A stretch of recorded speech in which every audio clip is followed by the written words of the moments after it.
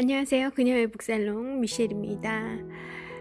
네, 오늘 읽어드릴 책은요. 좀 편안한 책으로 가져왔어요. 일요일이라 저도 좀 편하게 읽고 싶고 해서 제목은 그녀의 프라다 백에 담긴 책이라는 제목이고요.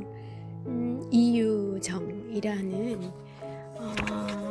파워 블로거님이 지으신 책이에요. 그녀의 북테라피라고 할까요? 구성을 먼저 잠깐 소개를 드릴게요. 5개 챕터, 5개 파트로 구성이 되어 있고요.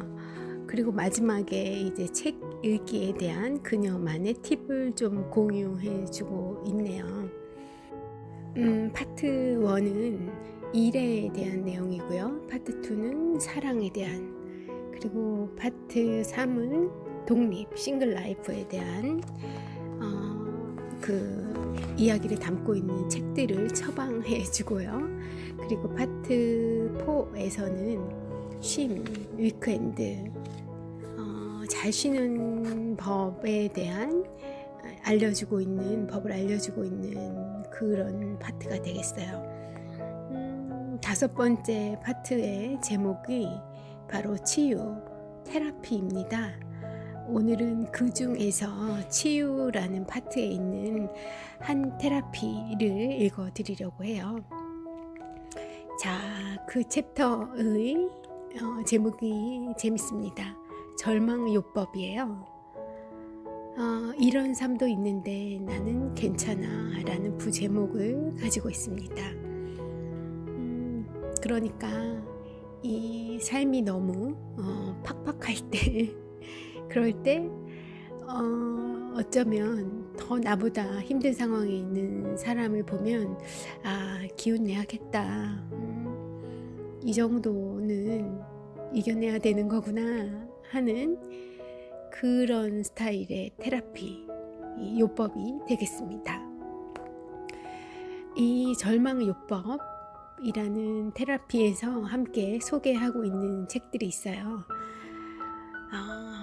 총 몇 가지인가? 한 7가지 정도 돼 보이네요. 자기 앞에 생, 붕대 클럽, 침이 고인다, 딱 90일만 더 살아볼까, 깊은 강, 그리고 허삼관 매혈기, 즐거운 나의 집. 네, 이렇게 총 7권의 책을 소개를 하고 있어요. 이 7권이나 되는 책을 소개를 하다 보니까 깊이 있는 내용 이런 거 다룰 수 없죠. 그렇지만 내가 너무 좀 절망스러울 때, 너무 힘이 들 때, 이런 책 한번 읽어봐도 기운 나겠구나, 이 위로가 좀 되겠구나 하는 정도의 메시지를 가져가시면 되지 않을까 싶은데요. 네, 길지도 않습니다. 그냥 편안하게 쭉 읽어 드릴게요. 광고 회사에 다니는 친구가 설문조사 아르바이트 일을 준다고 불렀다. 외모로 보나 경제적인 사정으로 보나 뭐로 보더라도 내가 그 친구를 부러워해야 하는 처지였다. 그런데 당시 나는 연애를 하고 있었고 그 친구는 남자친구와 헤어진 직후였다. 일 받으러 가서는 실현당한 이야기, 외롭다는 이야기, 일이 바빠 소개팅할 시간도 없다는 푸념을 실컷 듣고 돌아오는 길, 내 남자친구에게 전화하는 나의 입꼬리는 올라가 있었다. 사람이란 참 간사한 동물이다. 남이 못되는 이야기를 들으면 겉으로는 위로하고 격려하지만 속으로는 다행이다 하는 마음이 번져나간다. 상대편이 평소에 밉살스럽던 사람이면 고소하다는 토핑이 얹히고 손잡고 울어주는 그런 사이라도 그 짐을 내가 대신 져주고 싶다는 생각이 들지는 않는다. 타인에 대해 우리는 언제나 그럴 것이다. 사람들이 비극을 보는 이유도 내가 아닌 남의 불행에 실컷 울고 정화되는 기분을 맛볼 수 있기 때문이다. 따로 카타르시스라는 이름까지 붙은 이 감정은 우울하고 가라앉아 있을 때 우리를 수면 위로 끌어올려 주기도 한다. 내 인생은 왜 이렇게 풀리는 것도 없고 힘들기만 한지 한숨이 나올 때, 사람 만나기도 싫을 때, 그래서 또 혼자 있자니 한없이 아래로 가라앉을 때, 그럴 때 나보다 더 풀리는 것 없고 그런 힘든 인생의 시간들을 보내는 사람들을 보며 위로를 받아보자. 자, 이제 자기 앞에 생에 대한 소개가 나오고 있습니다. 그 아이 모모, 이 자기 앞의 생의 주인공의 이름이 바로 모모라는 아이죠. 예. 어른들은 흔히 아이들을 보며 저 때가 좋았지 라는 말을 자주 합니다. 나는 무심코라도 그런 말을 하지 않는다. 아무리 생각해도 난 어린 시절에 걱정 근심이 더 많았던 것 같아서다. 아무것도 아닌 일이 커져서 마음을 누를 때가 많았고 내가 어떻게 한다고 해서 바꿀 수도 없었으니 말이다. 천지에 근심거리밖에 없었다. 좀 커가면서 세상 이치를 알게 되고 감성이 무뎌지면서 오히려 근심이 줄어든 편이라고나 할까? 이렇게 보통 가정에서 나처럼 자라나도 고달픈데 자기 앞의 생, 에밀 아자르의 자기 앞의 생의 주인공 모모는 상황이 너무나 나쁘다. 모모가 10년간 자란 집은 창녀들이 낳은 아이들을 돌봐주는 전직 창녀 로자 아줌마의 집이다. 모모 역시 아빠도 엄마도 본 적이 없다. 규칙적으로 오던 양육비가 끊기고도 로자 아줌마는 모모를 버리지 못한다. 아줌마가 자꾸 살이 찌고 병이 들자 아이들은 떠나고 결국 모모 혼자 남게 된다. 로자 아줌마는 절대 병원에서 의학 실험용 쥐가 되어 살지 않겠다 하고 어린 모모는 10년간 자신을 돌봐주던 아줌마를 거꾸로 이제 아줌마가 모모를 돌보는 것이 아니라 이 모모가 아픈 아줌마를 돌보며 그녀와의 약속을 지킨다. 나는 한 번도 귀찮은 일을 피할 수 있을 정도로 어려본 적이 없었다고 모모는 말한다. 이 소설을 읽노라면 그 말이 얼마나 절절하게 와닿는지 모른다. 나는 한 번도 귀찮은 일을 피할 수 있을 정도로 어려본 적이 없었다. 성우들이 녹음하기 위해 영사기를 거꾸로 돌리는 장면을 보며 로자 아줌마의 세월도 거꾸로 돌리고 싶어하는 모모. 향기나는 젊은 금발머리 나딘 아줌마를 좋아하지만 로자 아줌마를 버릴 수 없는 모모. 우산이 자기 친구는 될 수 없지만 돈 벌어주는 도구는 된다는 걸 알게 되는 모모. 빅토르 위고처럼 가난한 사람에 대한 이야기를 쓰고 싶은 모모. 그 아이 모모가 오래도록 마음에 남을 것 같다. 그래요. 이 모모는 제 마음에도 미셸의 마음속에도 깊이 남아 있습니다. 언제든지 너무나 읽고 싶은 책이에요. 이렇게 절망에 빠질 때만 읽고 싶은 게 아니라 그 안에 이 가슴 뭉클함과 따스한 그런 것들이 있어서 자주 읽을 수 없지만 언제나 읽고 싶은 그런 책이에요. 힘이 들 때 저도 이 작가 이유정 작가처럼 이 자기 앞의 생을 한 권 권해드리고 싶어요. 다음 책으로 넘어가 보죠. 붕대 클럽이라는 저도 읽어보지 못한 책이에요. 간단하지만 효과 좋은 치료법이라는 제목이 붙어 있네요. 상처받은 사람은 어떻게 위로해 줘야 하는 걸까? 나는 그 방법을 잘 모른다. 진심으로 사과하고 위로해줬다고 생각했는데 그건 진짜 사과가 아니라면 만날 때마다 옛 상처를 들춰내는 이도 있다. 진심을 다한 사과란 받아들이는 사람의 마음에 달렸기 때문에 참으로 어려운 문제다. 위안부 사과 문제 뭐 이런 것이 갑자기 스쳐가네요. 받아들이는 사람의 마음에 달렸기 때문이라는 말이 또 와닿습니다. 이 붕대 클럽 텐도 아라타라는 작가가 지은 책인가 봐요. 이 책은 아이들은 상처받은 곳에 하얀 붕대를 칭칭 감는 것으로 위로한다. 아픈 기억이 있는 곳, 그곳이 교실이든 철조망이든 병원이든 그곳에 가서 붕대를 감는다. 단지 그렇게 함으로써 큰 위로를 받게 된다. 책 속에 나오는 문장 좀 읽어드릴게요. 이름이 생긴 거야 시오. 우울했던 일, 납득이 안 갔던 일, 못 참을 일이라며 마음에 쌓아두었던 일들, 그 감정들에 붕대를 감았더니 이름이 붙은 거야. 상처라고 말이야. 상처받으면 아프고 누구나 침울해지는 게 당연해. 하지만 그래봤자 상처일 뿐이니까 치료하면 언젠가 분명히 낫는 거잖아. 이런 문장이 있었군요. 책을 읽다 눈을 감으면 리본 모양 앙증맞게 철조망에 붙어있는 하얀 붕대, 하늘로 훨훨 날아가는 하얀 붕대, 가슴과 엉덩이 부위만 빼고 소녀의 몸을 칭칭 감고 있는 붕대들이 떠오른다. 그리고 그런 장면을 떠올리는 것만으로도 마음에 쌓인 것들이 녹아내리는 느낌이다. 텐도 아라타는 영혼의 아이라는 소설로 이미 어린 날의 상처를 치유하는 데 일가견이 있음을 보여준 작가인데 7년 만에 붕대클럽이라는 소설을 들고 돌아왔다. 친구의 상처를 치유해주기 위해 진심을 다하는 청소년들의 마음이 참 따뜻하다. 내 안의 상심과 상처에도 하얀 붕대를 감아보는 건 어떨까?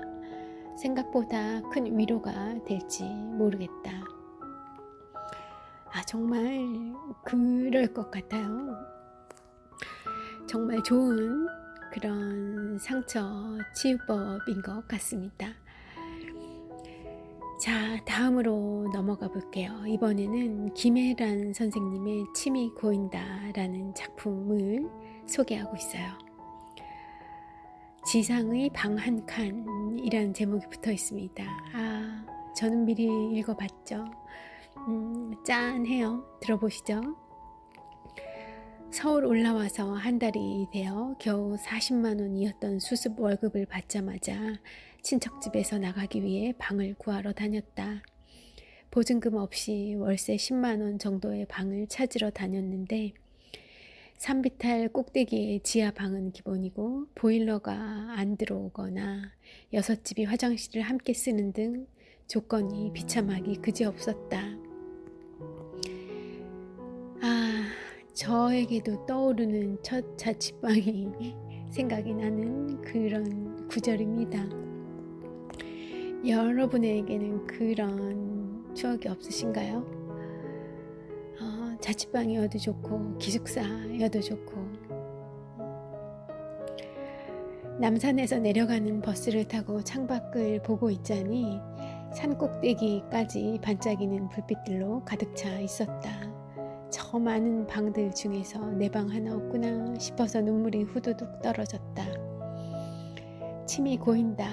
이 김혜란 선생님 문학과 지성사에서 나온 이 침이 고인다라는 소설은 지방에서 올라와 고달픈 서울살이를 하고 있는 여자들이 주인공인 단편 소설집이다. 이 배경 자체가 우리 이유정 작가와 비슷했어서 아마 더 큰 위로가 되었지 않았었을까 싶네요.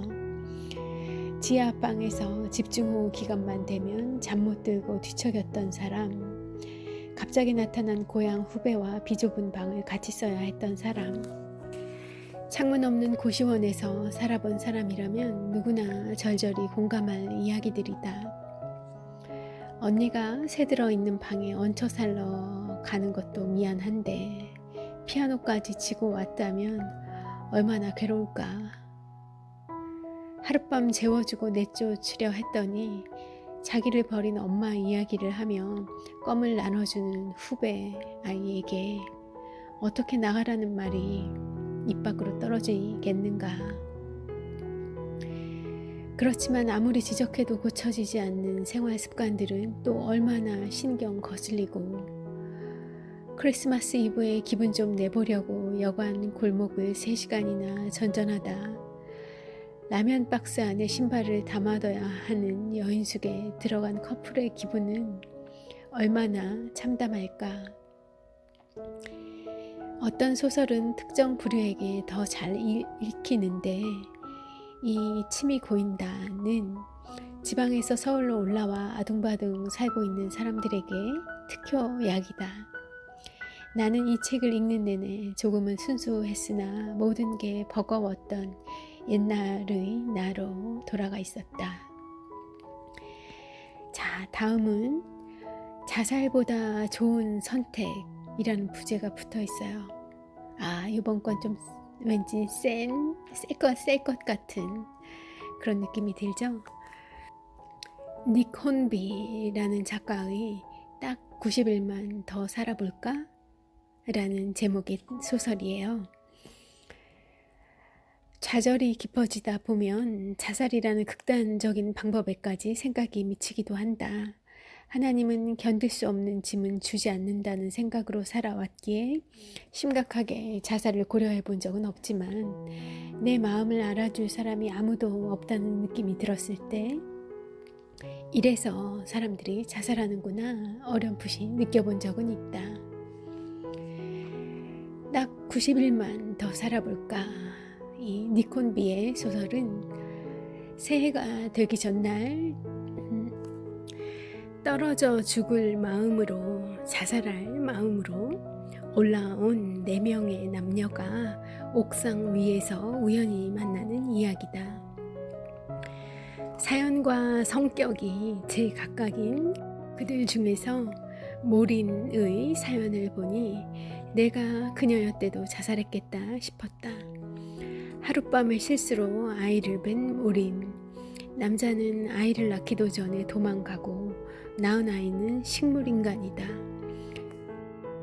눈의 초점도 맞지 않고 말 한마디 못하며 하루 종일 휠체어에 앉아있는 아들을 20년 동안 혼자 키운 모리는 이제 그만하고 싶어서 철조망까지 박아놓은 빌딩 옥상에 오른다.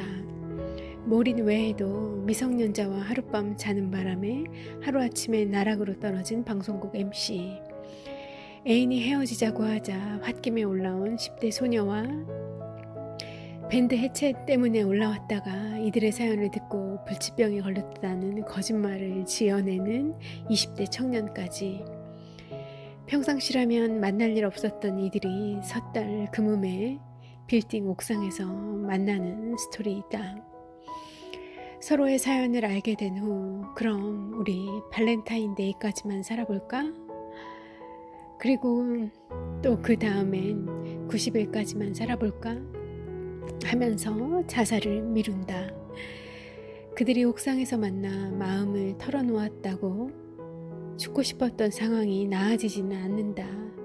하지만 가식을 벗고 마음을 털어놓는 것만으로도 세상은 살만해진다는 것을 보여주고 있는 그런 스토리다.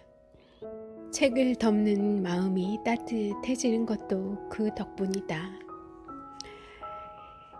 이 소설에 영국의 4남녀가 빌딩 옥상에서 만난 것처럼 또 다른 일본의 4남녀가 인도에서 만나는 스토리가 있다. 기독교 문학의 거장으로 불리는 엔도 슈샤쿠의 유작 깊은 강인데 바로 그 강은 인도의 겐지스 강을 가리킨다. 4명의 일본 남녀가 인도의 불교 성지 기행에서 만나게 된다. 이솝에는 암에 걸린 아내가 죽기 전 네, 꼭 다시 태어날 테니 나를 찾아줘요 라고 유언을 남기자 그의 환생한 아내를 다시 만나기 위해 인도 기행에 나선 남자다. 거기서 카톨릭 사제가 된 친구를 찾으러 온 미스코와 야생 구간조를 보려는 누마다, 또 베트남전에서 죽은 전우의 향을 잘라주려는 기구치를 만나게 된다. 이들 각각의 사연 속에서 작가는 도대체 신은 있는가? 사람은 과연 환생하는가? 왜 어떤 사람은 바뀌지도 않을 세상을 위해 자신을 희생하는가? 라는 묵직한 질문을 쉴 새 없이 던진다. 엔도 슈사쿠는 기독교 문학의 거장이다. 하지만 이 작품은 종교를 초월해 인간 자체에 대해 묻고 있는 것처럼 보인다. 유작이라 그런지 마지막이 급작스럽게 끝나버려 싶긴 하나 죽음과 인간의 구원에 대해 이토록 성실하고 진지한 시선은 만나기 쉽지 않다. 이런 주제를 다루면서도 지루한 설교조가 아니라는 점이 더욱 마음에 들었다. 바다를 바라보는 언덕에 있는 엔도 슈샤쿠의 묘비에는 이렇게 쓰여 있다고 한다. 인간이 이토록 슬픈데 주여 바다가 너무도 푸르릅니다 라고요. 네, 이렇게 영국과 또 일본의 4명의 타인의 만남을 소개하는 소설이었고요. 다음은 허삼관 매열기로 넘어가 볼게요. 슬프고도 행복한 가족사라는 타이틀이 붙어 있습니다. 어떤 이에게는 고민이나 상처라는 것이 사치다. 매끼 가족들의 입에 들어갈 먹을거리 구하는 것도 힘든 허삼관 같은 이에게는 말이다. 허삼관 매열기 위화의 작품이죠. 는 허삼관이라는 남자가 인생의 고비마다 피를 팔아서 목숨을 부지하고 그의 가족을 부양하는 이야기다. 할머니에게서 옛 이야기를 듣는 것 같아서일지 책장이 술술 넘어간다. 네, 정말로 그래요. 이 마음 아픈 이야기를 어찌나 무심하게 아무렇지도 않게 코믹하게 풀어놓는지 막 이 따뜻한 감정이 일어요. 중국 사람들을 좋아져요. 막 인류애가 생기게 하는 넘어갔다. 다시 책으로 들어갈게요. 허옥란과 결혼한 허삼관은 일락, 이락, 삼락, 3형제를 슬하에 둔다. 하지만 마디 일락은 허삼관의 아이가 아니라 딴 남자의 자식이었다. 온 마을이 알고 있는 이 사실을 허삼관만 모르고 있다가 뒤늦게 알고 펄펄 뛰지만 일락이가 누군가를 때려서 합의를 봐야 했을 때 허삼관은 자신의 피를 팔아서 해결한다. 그 당시 중국에서는 피값이 나갔대요. 값을 쳐줬대요. 많이. 그러니까 큰 돈이 필요할 때는 갑작스러운 돈이 필요할 때는 이 자신의 피를 판 거예요. 헌혈을 한 거예요. 돈 받고. 일락이가 결핵에 걸렸을 때도 치료비를 대기 위해 피를 5번이나 뽑다가 허삼관은 쓰러지고 만다. 인생의 고비마다 피를 팔아 연명한 허삼관은 늙음하게 돼지 간과 황주가 먹고 싶어 피를 팔러 가는데 젊은 의사가 당신 피를 받느니 돼지 피를 받겠다며 거절을 한다. 상심한 남편에게 허옥란은 고마움의 표시로 돼지 간과 황주를 사준다. 문화혁명, 인민재판 등 굵직굵직한 중국 현대사의 사건들이 구수한 이야기에 섞여서 흘러간다. 뛰어넘을 건 뛰어넘고 재밌는 부분만 풀어주는데도 어느 순간 코끝이 찡해진다. 읽고 나면 한 끼 먹고 사는 게 절박했던 시대와 견주어 지금의 나의 고민은 아무것도 아니라는 생각이 들지도 모르겠다. 그래도 인생이 덤비면 허삼간 흉내를 내서 이렇게 말해보자. 삶은 돼지고기가 뜨거운 물 무서워하는 거 봤어? 이렇게 말이죠. 자, 이제 마지막 소설로 옮겨가 볼게요. 즐거운 나의 집, 공지영 씨의 소설입니다. 저는 읽어보지 못했어요. 네. 비록 먹고 사는 문제는 아니지만 즐거운 나의 집의 윈영 엄마도 만만치 않은 삶을 살고 있다. 성이 다른 세 남매를 키우는 그 엄마는 아이고 만만치 않네요. 예. 전 남편의 사망 소식에 아이들을 이끌고 성당에 가서 추모 미사를 보다가 그날따라 신부님이 문제 아들은 모두 결손 가정에서 나온다며 이혼녀들을 질타하는 설교를 늘어놓자 제발 미사 빨리 끝나게 해주세요 라고 기도한다. 작가의 자전적 이야기인 이 소설에 나오는 것처럼 공지영은 실제로도 새 아이를 키우는 싱글맘이다. 고달플 수밖에 없는 현실을 그려놓은 이 소설에는 그러나 웃기는 대사들이 수두룩하다. 이모는 항상 전화통화 끝에 습관처럼 그래도 미모는 챙겨야 한다고 말하고 엄마는 강연회에서 미모를 유지하는 비결이 뭐죠? 하는 생뚱맞은 질문에 좋은 피부를 유지하는 비결은 술과 담배 그리고 내일은 꼭 세수하고 자야지 하는 굳은 결심이에요 라고 대답한다. 물론 웃기는 대사들 사이에 유치한 것이 우리를 가장 아프게 한다. 밥이 그렇고 잔돈이 그렇고 아주 작은 따돌림이 그렇다 같은 겪어보지 않고는 결코 쓸 수 없었을 삶의 진실이 녹아있다.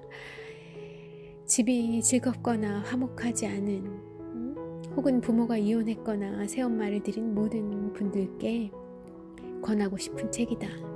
나는 이 책을 읽으며 참 많이 울었다. 그리고 책을 덮을 즈음에는 마음이 훈훈해졌다. 네, 여기까지 우리 이유정 작가님의 테라피 책이었어요. 절망스러울 때 지금 말씀드렸던 즐거운 나의 집 그리고 허삼관 매열기 깊은 강 겐지스 강이었죠. 딱 90일만 더 살아볼까? 그리고 침이 고인다 붕대클럽 자기 앞의 생 이 중에서 본인의 경험과 조금은 더 관련이 있을 그런 책을 한 권 골라서 읽어보시면 어떨까 절망이 살짝 비껴갈 수 있지 않을까 합니다. 네, 오늘 편안한 쉼 되셨길 바라고요. 미셸도 남은 일요일 잘 쉬러 또 물러가 보겠습니다. 좋은 저녁 보내시길 바랄게요.